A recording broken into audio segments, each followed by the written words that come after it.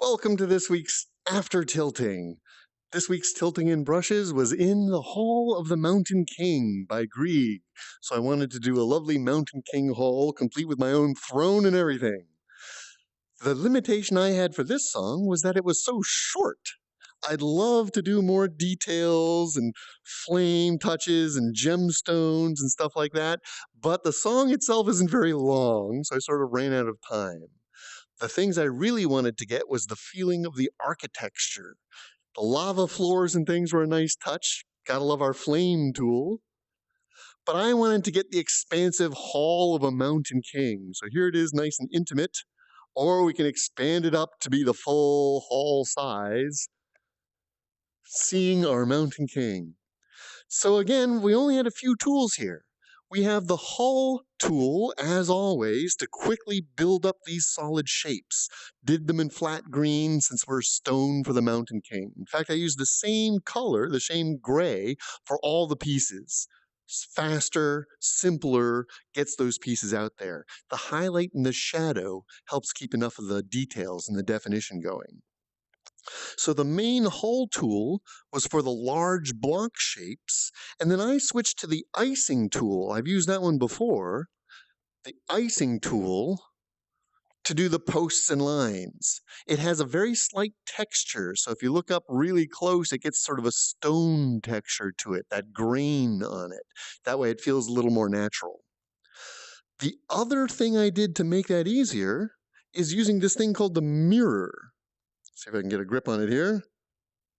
So with the mirror tool, if I draw a line, you can see how it's mimicked, it's mirrored on the other side of the line.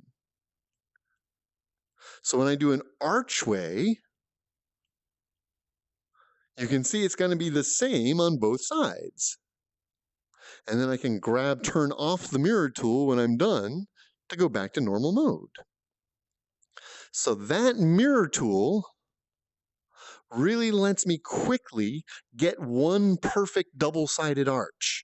And then I switch to my standard selection duplicator, so I can actually select a whole section of it and duplicate to make separate arches. Let's put a gateway arch right here. There we go.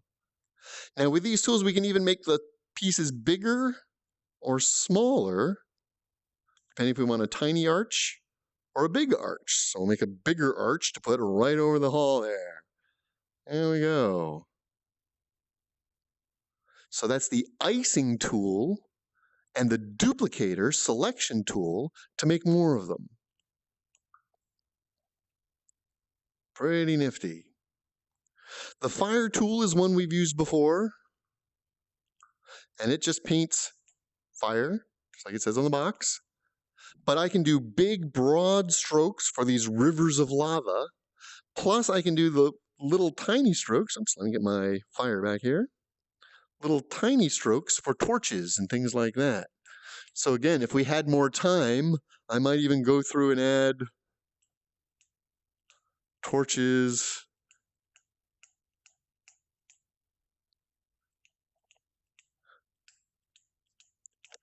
Just to add a little more points of light and color throughout the design. You can do fire in different colors as well. So if I really wanted to make it eerie, I could do green flames and things like that.